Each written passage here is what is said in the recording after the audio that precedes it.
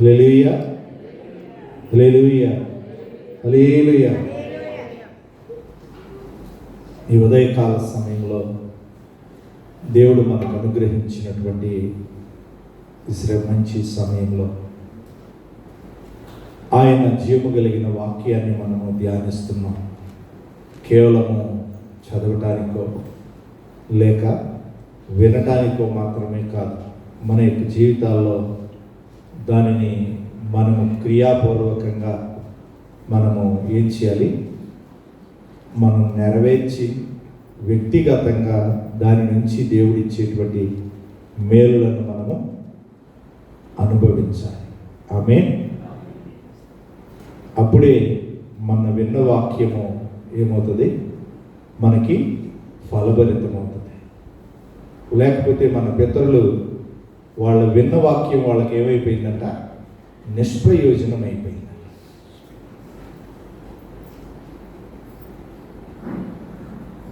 మనం వినే వాక్యము మనం క్రియల్లో పెట్టకపోతే అదేమవుతుందంటే, ఇంకొక రకంగా చెప్పాలంటే అది ప్రతికూల సంబంధమైన ఫలితాలని ఇస్తుంది. కనుక మనము అలాగూ వాక్యానుసారంగా మనం పని చేయకపోతే వినకుండా ఉండటమే మంచిది. ఇంకా విని విడిచిపెట్టేవారుగా ఉంటే మనము రెండింతల ఇబ్బంది ఎదుర్కొంటాం. కనుక దేవుని సన్నిధిలో వాక్యాన్ని మెళకువగలిగిన ఆత్మతో మనము విని ఆయన సన్నిధిలో వాక్యానుసారంగా మనము ప్రవర్తించడానికి మనము సిద్ధపడాలి. ఆసాపు చెప్పిన మాట ఇది. దేవుని సన్నిధిలో నిలబడినప్పుడు దేవుడు అంటున్నాడు, ఇదిగో నీ నోరు బాగుగా తెరుము, నేను దానిని నింపెదనని. ఇది దేవుడు ఇస్తున్న వాగ్దానం. దాంట్లో మనం చేయాల్సిన పని ఉంది, ఆయన చేసేటువంటి పని ఉంది. ఇది కండిషనల్ బ్లెస్సింగ్, అంటే షరతులతో కూడినటువంటి వాగ్దానం. షరతు ఏంటి? మనం తెరవాల్సిన పని ఉంది. దేని కొరకు తెరవాలి? మనం దేని కొరకు తెరవాలి? అనాలోచనగా ఇబ్బంది కలిగితే వచ్చేస్తుంది నోరు. నడుస్తుండగా ఎదురు దెబ్బ తగిలింది, ఏమొస్తుంది? అమ్మా అని అరిశారు. బాగా ఇంకెంత ఎక్కువైతే అంత ఎక్కువ తెలుస్తాం, ఉన్న కష్టాన్ని బట్టి, ఉన్న ఇబ్బందిని బట్టి. ఇలా కాకుండా భౌతికంగా మనము ప్రతిస్పందించే స్థాయిలు వేరు. దేవుని బిడ్డలమైన తర్వాత మనము దేవుని సన్నిధిలో, దేవుడు అడిగాడు, ఏం అడగల, మన ఆస్తులు అంతస్తులు ఏం అడగల. ఏమడిగాడు? నీ హృదయం నాకు ఇమ్మన్నాడు, అంతే.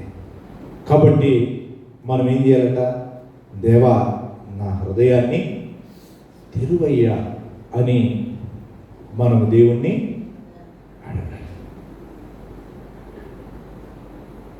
ఇంకా తెరవని అడగాలి. అయ్యా, నా మనోనేత్రాలు తెరువయ్యా. ఇంకా నీ వాక్యాన్ని నేను తెలుసుకున్నట్లుగా నా మనస్సు తెరువయ్యా. ఈ మూడు కనుక మన దైనందిన జీవితంలో మనము దేవుని సన్నిధిలో అడగగలిగితే ఆయన మన యొక్క పరిస్థితులన్నిటికీ మహిమకరమైన జవాబులను ఆయన అనుగ్రహిస్తాడు. ఆయన ఏం చేస్తాడు అనేది కూడా చూసాం మనం. ఆయన నేను దానిని నింపుతాను. దేని నింపుతాడు? ఎలా నింపుతాడు? ఆయన తన ఆత్మతో, పరిశుద్ధ ఆత్మతో మనల్ని నింపే దేవుడు, జ్ఞానంతో నింపే దేవుడు, ప్రభావంతో నింపే దేవుడు. గత వారంలో మనం చూసాం, దేవుడు మనల్ని నీతితో నింపే దేవుడు, కృపతో నింపే దేవుడు. ఇప్పుడు మనము ఆ నీతితో నింపబడితే మన జీవితాల్లో జరిగేటువంటి చర్యలు ఏమిటో మనం ఇప్పుడు చూద్దాం. 107వ కీర్తన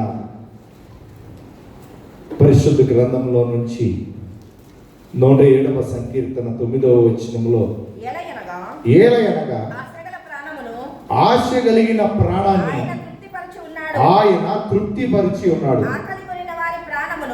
ఆకలి కొనిన వారి ప్రాణాన్ని మేలుతో నింపి ఉన్నాడు. ఈ ఉదయకాల సమయంలో నీ నోరు బాగుగా తెరువుము, నేను దానిని నింపెదను అని అంటే, దేవుని బిడ్డలుగా మన యొక్క జీవితాల్లో ఆయన మన యొక్క ఆశని, మన యొక్క ఆకలిని ఆయన మేలుతో ఏం చేయగలడు? నింపుతాడు.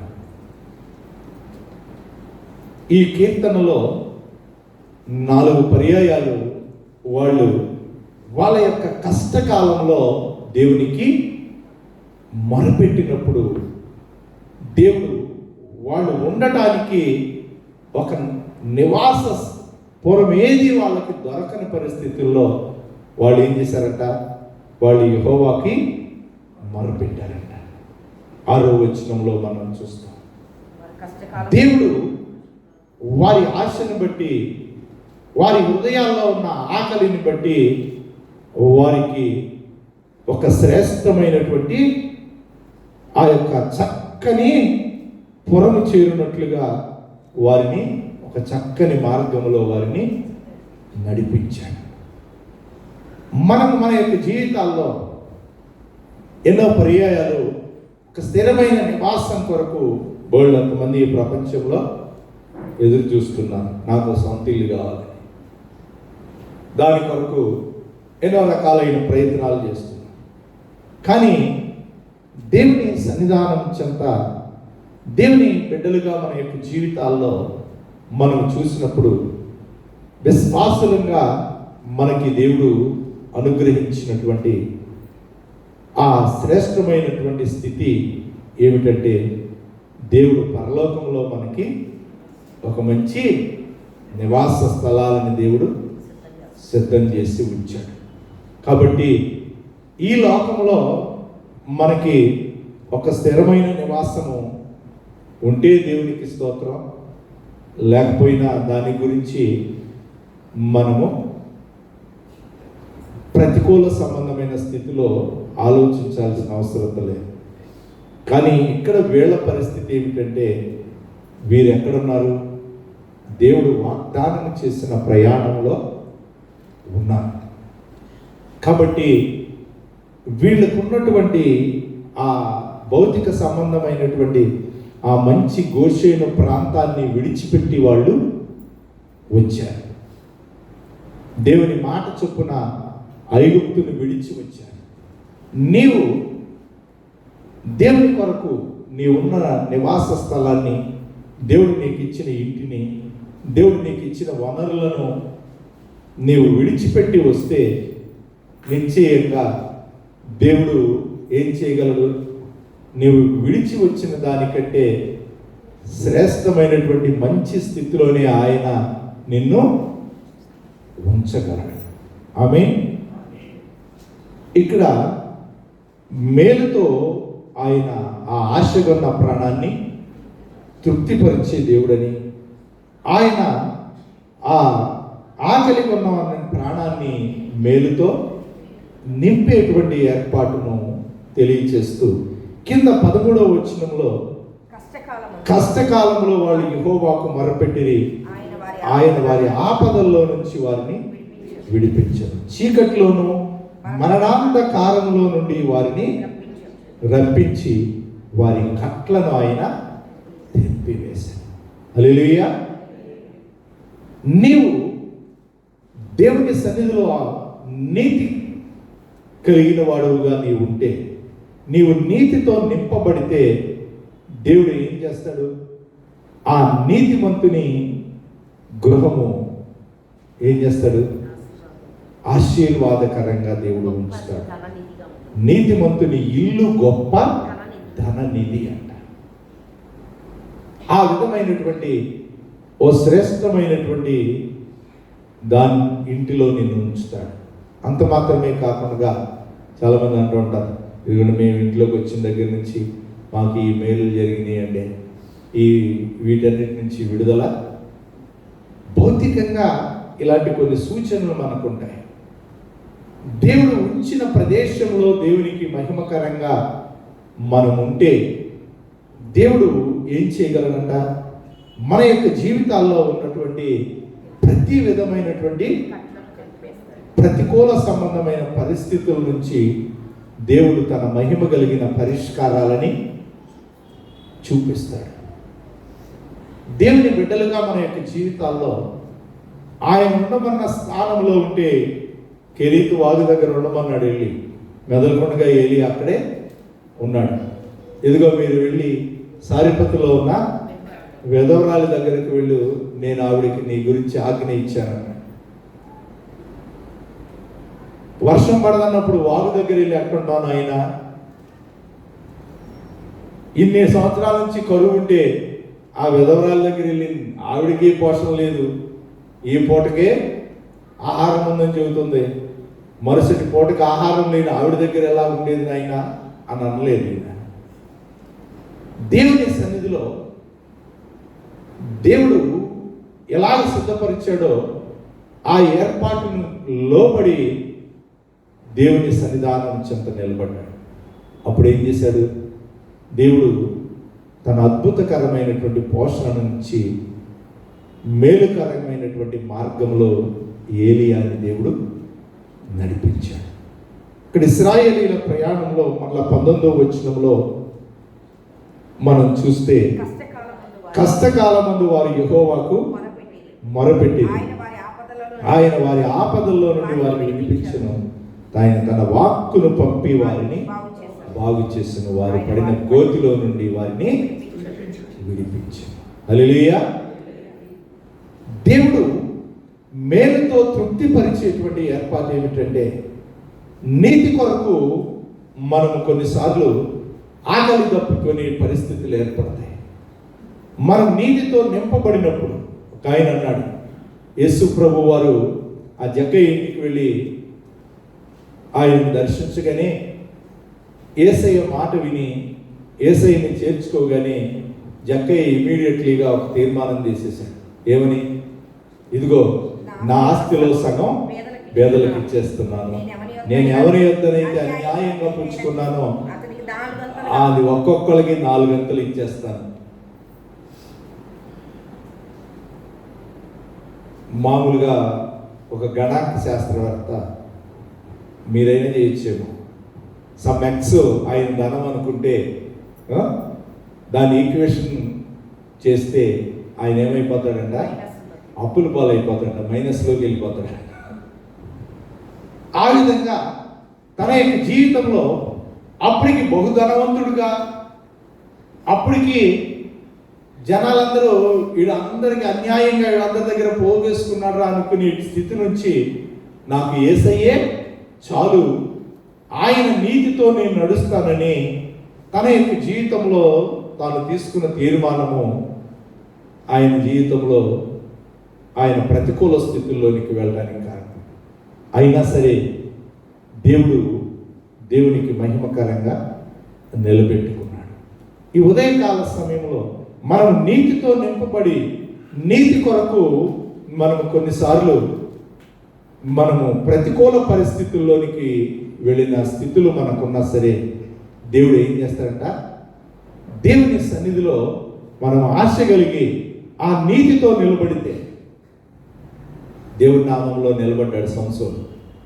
నిలబడి దేవుడు గొప్ప విజయం ఇచ్చిన తర్వాత, నాయనా ఇంత గొప్ప విజయాన్ని ఒక్క పచ్చి దవడ ఎముక పట్టుకొని 1000 మంది ఫిలిష్తీయుల్ని ఒక్కడే చంపేసి అంటాడు 15వ అధ్యాయం న్యాయాధిపతుల గ్రంథంలో, నీళ్లు లేక చావాలా నేను అంటాడు. ఏంటిది? 1000 మందిని చంపిన ఆయనకి నీళ్ళు ఇవ్వలేవా నీవు అంటాడు. దేవుడు ఆ సమయంలో ఒక లేహిలో ఉన్నటువంటి ఆ నేలని చీల్చి అతని కోసం నీళ్లు తీసుకొచ్చాడంట. హల్లెలూయా. దేవుని బిడ్డలుగా మన యొక్క జీవితాల్లో మనము మన ఆశ ఉన్న ప్రాణాన్ని ఆయన తృప్తిపరచడానికి మనము నీతితో నిలబడి దేవుని సన్నిధిలో ఉంటే ఆయన మన కొరకు ఏదైనా చెయ్యగలిగిన దేవుడు. ఆ విధంగా మనము నీతితో నింపబడినప్పుడు ఆయన మన ఆశను తృప్తిపరిచి మనల్ని మేలుతో నింపే దేవుడు. ఆఖరిగా ఇక్కడ వాళ్ళ ప్రయాణంలో 28వ వచనంలో శ్రమకు తాళలేక వారు యెహోవాకు మొరపెట్టి వారు ఆపదలలో నుండి ఆయన వారిని విడిపించి ఆయన వారి యొక్క జీవితాల్లో వచ్చినటువంటి ఆ నీతిమంతునికి కలిగినటువంటి ఆ ఆపదలు అనేకములు అయినా వాటన్నిటి నుంచి ఆయనే తప్పించింది. 34వ కీర్తనలో దావీదు చెప్తాడు ఈ మాటలు. దేవుని సన్నిధిలో అలాగే ఇశ్రాయేలీయుల యొక్క ప్రయాణంలో వారి యొక్క జీవితాల్లో 37వ కీర్తనలో ఆ నీతిమంతుల మార్గాన్ని గురించి వారి యొక్క జీవితాల్లో వారికి కలిగినటువంటి ఆ నీతిమంతులు విడవబడుట కానీ వారి పిల్లలు భిక్షమెత్తుకున్నట్టు కానీ నేను చూడలేదని 37:25లో ఆయన చెప్తూ దేవుని సన్నిధానం చెంత వారు కోరిన రేవుకు దేవుడు వారిని నడిపించారు. హల్లెలూయా. ఆ ఆశ ఉన్న ప్రాణాన్ని ఆయన తృప్తిపరిచి మేలుతో ఆయన నింపటానికి నీతిమంతుడు కోరుకోవలసిందేదో దేవుడు వారికి తెలియజేస్తాడు. నీవు దేవుని నీతితో నింపబడిన తరువాత నీ ఆశను ఆయన నెరవేర్చడానికి కారణం ఏంటంటే నువ్వు పిచ్చి పిచ్చి కోరుకో. అందుకే యేసయ్య అన్నారు శిష్యులతో ఏమని, ఇప్పటి వరకు మీరు నన్నేమి అడగలేదు, ఇక మీరు నా నామంలో అడగండి, నిశ్చయంగా నేను మీకు. ఎందుకంటే వాళ్ళు ఎప్పుడైతే దేవుని ఆత్మతో నింపబడ్డారో వాళ్ళు అడిగే విధానం మారిపోతుంది, వాళ్ళ ఆశలు మారిపోతాయి, వాళ్ళ కోరికలు మారిపోతాయి. కాబట్టి అందుకే యేసయ్య ధైర్యంగా ఆయన వాళ్ళని గురించి మాట్లాడుతూ యోహాను సువార్త 16వ అధ్యాయం 22వ వచనంలో ఆయన అంటాడు, మీరు ఇప్పుడు దుఃఖపడుచున్నారు కానీ మిమ్మల్ని మరలా చూచెదను, అప్పుడు మీ హృదయాలు సంతోషించినట్టు మీ సంతోషం ఎవ్వడు మీ యొద్ద నుండి తీసివేయలేదు అని చెబుతూ, ఇది వరకు మీరేమీ నా పేరట అడగలేదు, మీ సంతోషం పరిపూర్ణమైనట్లు అడుగుడి మీకు 24వ వచనం.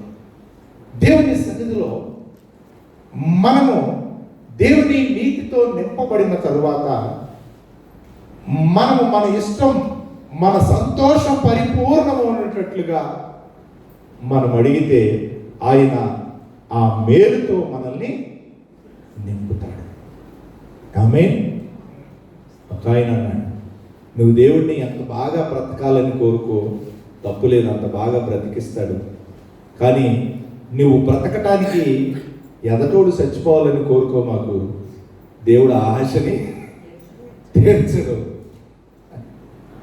నిన్ను బ్రతికించడానికి ఆయన ఏదైనా చేస్తాడు, కానీ నువ్వు బ్రతకటం కోసం ఎదటోడు చచ్చిపోవాలని కోరుకుంటే మాత్రం దేవుడు దాన్ని హర్షించడం.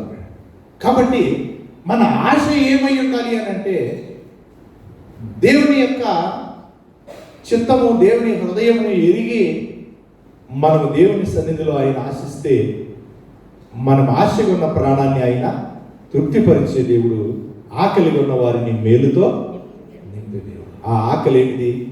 నీతి నిమిత్తమై ఆకలి. నీతిగా నిలబడిన వారిని దేవుడు ఏ విధంగా మేలును జరిగిస్తాడో ఈ లోకానికి చూపించాలని ఆకలి. ఆ ఆకలి నీకుంటే దేవుడు నీ జీవితంలో చేసే మేలులు అవి నీకు అర్థము కాదు, నీవు ఊహించలేవు.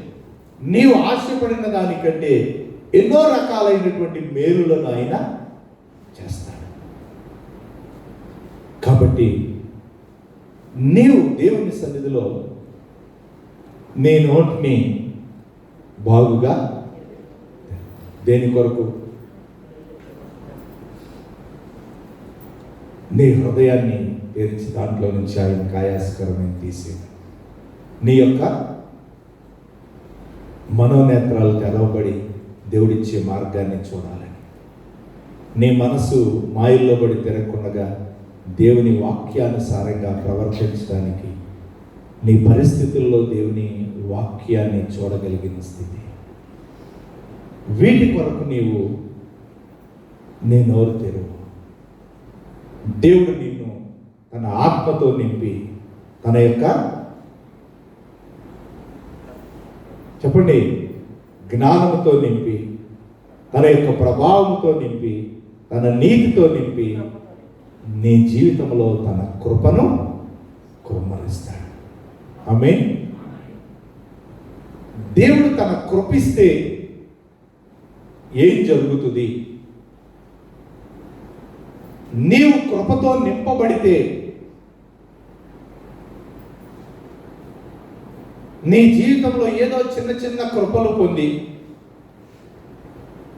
కృపచేత రక్షించబడి, కృపచేత కొంచెం స్వస్థత పొంది, కృపచేత కొంచెం ఆశీర్వాదం పొంది,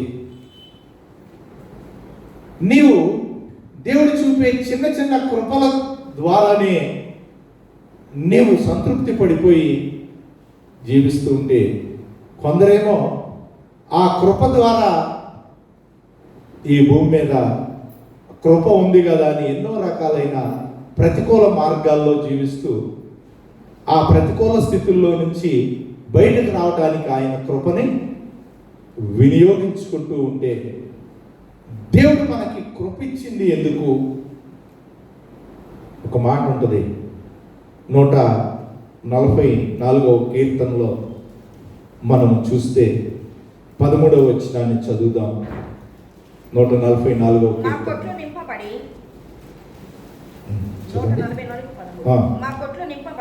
నా కొట్లు నింపబడి పలు విధములైనటువంటి ద్రవ్యాలకు నిధులుగా ఉన్నాయి. హల్లెలూయా. దేవుని సన్నిధానం చెంత దేవుడు నీకు కృపిస్తే నీ యొక్క జీవితంలో నీవు గుర్తెరగాలి. ఇక్కడ కీర్తనాకారుడు అంటున్నాడు, దావీదు చెబుతున్నాడు, మా కొట్లు నింపబడి పలు విధములైన ద్రవ్యాలకు నిధులుగా ఉన్నాయి. దేవుడు నీకు ఇచ్చేటువంటి కృప అది ఎట్లా ఉంటుందంటే, అది ఒక నిధిలాగా. నిధి అంటే ఏంటి? నీ అవసరాని కోసం వాడుకొని ఇంకా కావాలంటే ఎంతమందికైనా సరే సప్లై చేయగలిగినంత స్థితిలో ఉండేది ఒక నిధి అంటే. ఈ విధమైనటువంటి ఒక స్థితి అంటే, నీవు ఒక స్వస్థత పొందితే ఆ స్వస్థత నీవు మాత్రమే కాదు, నీ ద్వారా నీవు పొందిన స్వస్థత ఇంకా అనేకులకు ఆ విధమైన దైవికమైన స్వస్థత వారి జీవితాల్లో పొందునట్లుగా దేవుడు నిన్ను తన కృపతో నింపుతాడు. మనం ఇచ్చే సాక్ష్యం కావచ్చు, మనం వెళ్ళి వాళ్ళకిచ్చే ప్రోత్సాహం కావచ్చు, వాళ్ళకి మనం ఇచ్చే మార్గదర్శకత్వం కావచ్చు.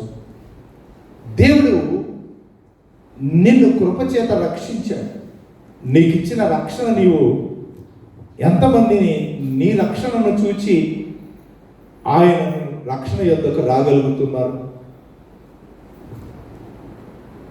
అప్పుడప్పుడు పాస్టర్ గారు చెప్తారు, నువ్వు మారు మనసు పొందితే ఎవడైనా మారతాడరా అందంటా టీచర్ గారు. ఏంటంట, నువ్వు రక్షణ పొందితే ఇంకెవడైనా దేవుడు రక్షించ నేరనటువంటి మనిషి ఈ భూమి మీద ఎవరు లేరు. ఆయన రక్షించగలడు. ఆయన కృపచేత ఎవరినైనా రక్షించగలడు. అయితే నీకు ఇవ్వబడినటువంటి కృప నిన్ను రక్షించింది.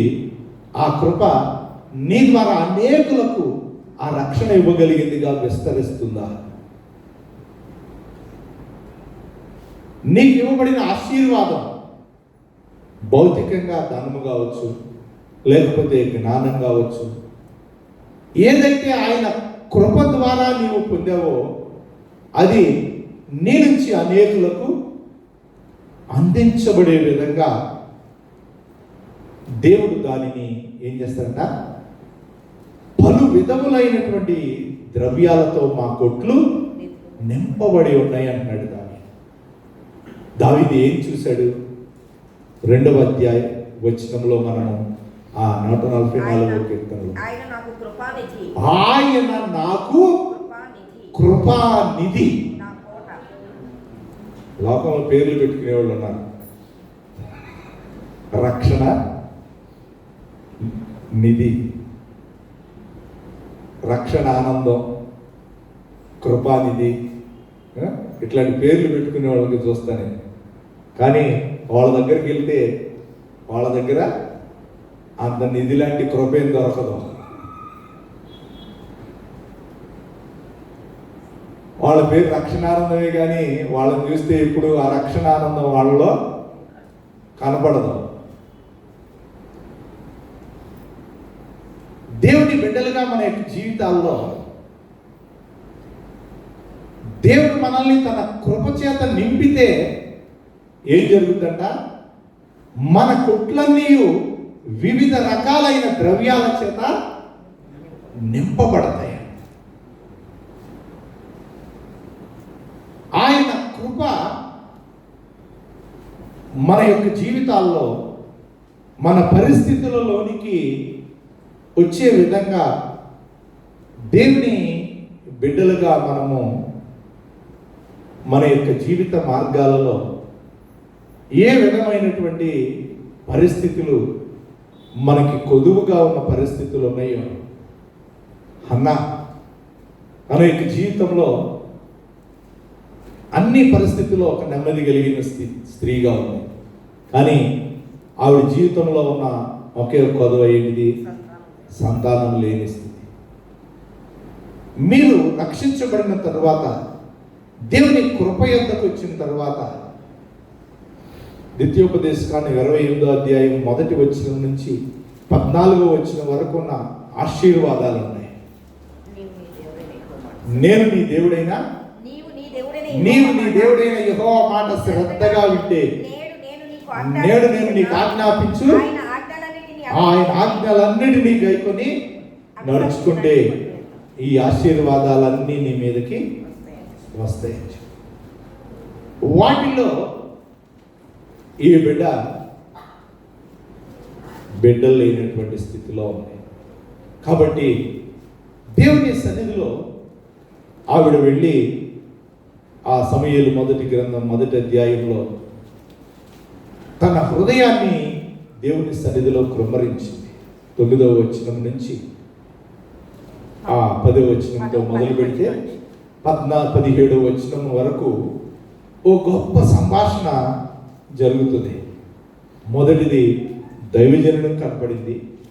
ఆ తర్వాత దేవుని మందిరంలో నిలబడి ప్రార్థన చేస్తుంది, దేవునితో సంభాషిస్తుంది, దేవునితో తీర్మానం తీసుకుంటుంది, తనకు తానే దేవుని సన్నిధిలో మొక్కుబడి చేసుకుంటుంది. ఎవరేం బలవంతం చేయలేరండి. ఇదిగో నాకేం బిడ్డలు అవసరం, కానీ నా ద్వారా నీ నామము అవమానపరచబడకూడదు, నీ నామము నిందించబడకూడదు. నన్ను బట్టి నా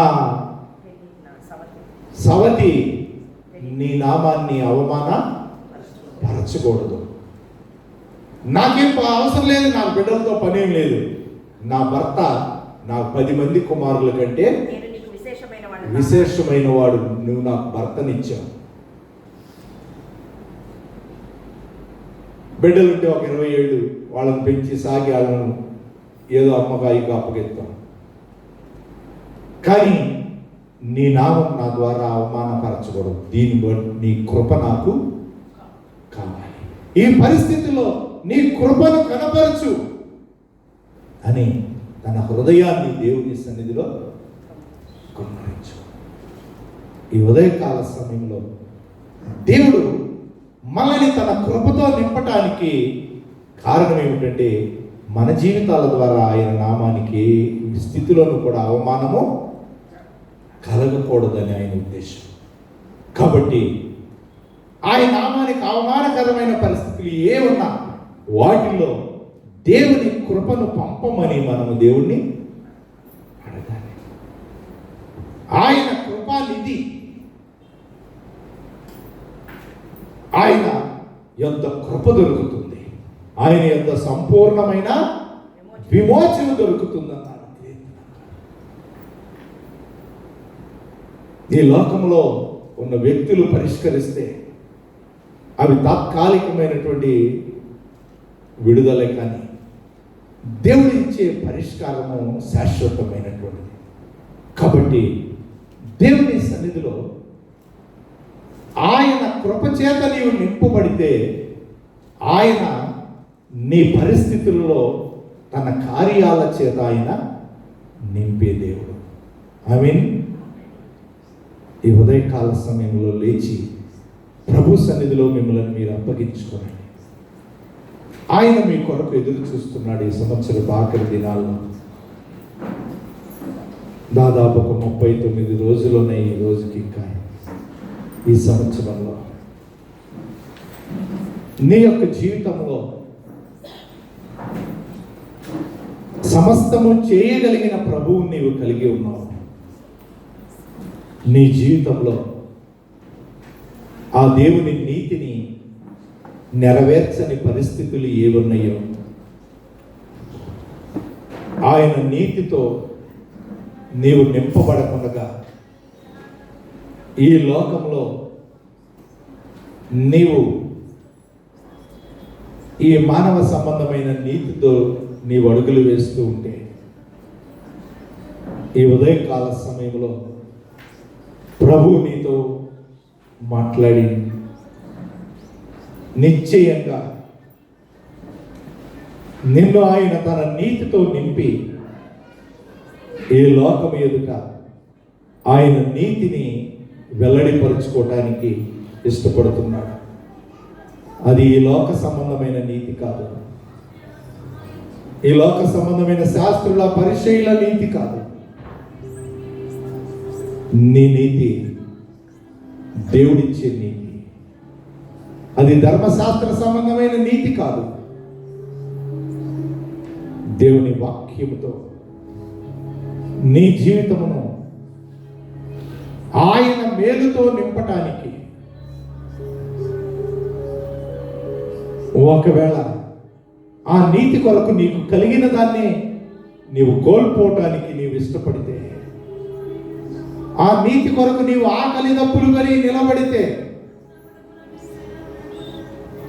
నీ జీవితాన్ని తన మేలుతో నింపటానికి ఆ ప్రభువు ఎదురు చూస్తున్నాడు. నేను దేవుని యొద్దకు వచ్చానయ్యా, ఆయన ద్వారా నేను ఏ మేలు పొందలేని వాడినిగా ఉన్నానయ్యా అంటే, దేవుడు ఆయన యొద్దకు వచ్చేవానికి ఆయన ఏ మేలు చేయక మానని దేవుడు. అయితే నీవు ఆ మేలును పొందటం లేదు అంటే, నీవు యథార్థంగా నీ హృదయాన్ని ఆయన సన్నిధిలో కృమ్మరించలేకపోతున్నావు. నీ ద్వారా జరిగిన ప్రతికూల పరిస్థితులైనా, నీ మార్గంలో ఉన్నటువంటి అభ్యంతరాలైనా, నీవు యథార్థంగా అది నీ చేత జరిగిన తప్పైనా సరే నీవు నీ హృదయాన్ని తెరిచి ఆయన సన్నిధిలో ఒప్పుకో. ఆ యథార్థవంతునికి ఆయన ఏ మేలు చేయకమానడు. కనుక నిన్ను తన నీతితో, ఆయన కార్చిన శిలువ రక్తంతో నిన్ను శుద్ధీకరించి ఆయన సన్నిధిలో నిన్ను ఒక యోగ్యకరంగా నిలబెట్టి నీ జీవితంలో తన మేలును చేయటానికి, ఆ మేలుతో నిన్ను నింపటానికి, ఊహించలేని మేలులతో నిన్ను నింపి నడిపించటానికి ఆ ప్రభువు నీ కొరకు ఎదురు చూస్తున్నాడు. ఈ ఉదయకాల సమయంలో, ప్రభువా, ఎక్కడ నీ నీతిని నేను నెరవేర్చలేదు, ఆ స్థితి నా జీవితంలో ఇంకా తొలగించయ్యా. నీ నీతిని నా మీద వస్త్రముగా నీవు కప్పి ఉన్నావు. ఆ నీతి అని ఆ మైమరు కిందకి నేను వచ్చేస్తానయ్యా. ఆ సర్వాంగ కవచాన్ని నేను ధరిస్తానయ్యా. ఈ లోక సంబంధమైన అధికారానికి నా మీద ఏమాత్రం స్థానం లేకుండా నీ మేలులను నేను అనుభవించడానికి నీ నీతితో నన్ను నింపయ్యాలి. ప్రభువుకి నేను నీవు అప్పగించుకో. ఆయన నీ పక్షంగా పనిచేసే దేవుడు. నీ ఆశను తృప్తిపరిచి మేలుతో నీ హృదయాన్ని నింపే దేవుడు. నిశ్చయంగా నీ మార్గాలలో తన శక్తి కార్యాలు జరిగించి నీవు కోరిన రేవుకు నిన్ను చేర్చగలిగిన దేవుడు. ఈ భూమి మీద ఎన్ని రకాలైన అభ్యంతరాలు నీవు ఎదుర్కొంటున్నా, అవి నీకు అభ్యంతరకరం కానీ ఆయన నీ పక్షంగా తన పనిని జరిగించడానికి నిలబడితే అవి ఏవి నీ ఎదుట నిలవనేను. కనుక ప్రభు సన్నిధిలో అలాగ నిన్ను నీవు అప్పగించుకో. నిశ్చయంగా ఇది మొదలుకొని నీ జీవితంలో తన మేలైన కార్యాలను ఆయన జరిగించడానికి ఆయన నీ పక్షంగా బయలుదేరే దేవుడుగా ఉన్నాడు. ఆ తన మేలును ఆయన జరిగించేటప్పుడు నీ నీతిని బట్టో, నీ అర్హతను బట్టో, నీ యోగ్యతను బట్టో కాదు, ఆయన కృపాసింహాసనం యొద్ద నీవు నిలబడు. ఆయన కృపను నీవు కోరుకో. నా భక్తిని బట్టో, నా నీతిని బట్టో కాదయ్యా, నీ కృప ద్వారా ఈ కార్యాన్ని జరిగించయ్యా. ఆయన యొద్ద నీ కృప దొరుకుతుంది. నీ జీవితంలో ఉన్న నీ కొరతలన్నీ ఆయన మహిమైశ్వర్యములో నుంచి ఆయన తీర్చగలిగిన దేవుడు. నీ ప్రతి అవసరతలు ఆయన ఎరిగి ఉన్న దేవుడు. నీ ఆత్మీయ అవసరతలను, నీ ఆర్థిక అవసరతలను, నీ ఆరోగ్య సంబంధమైన అవసరతలను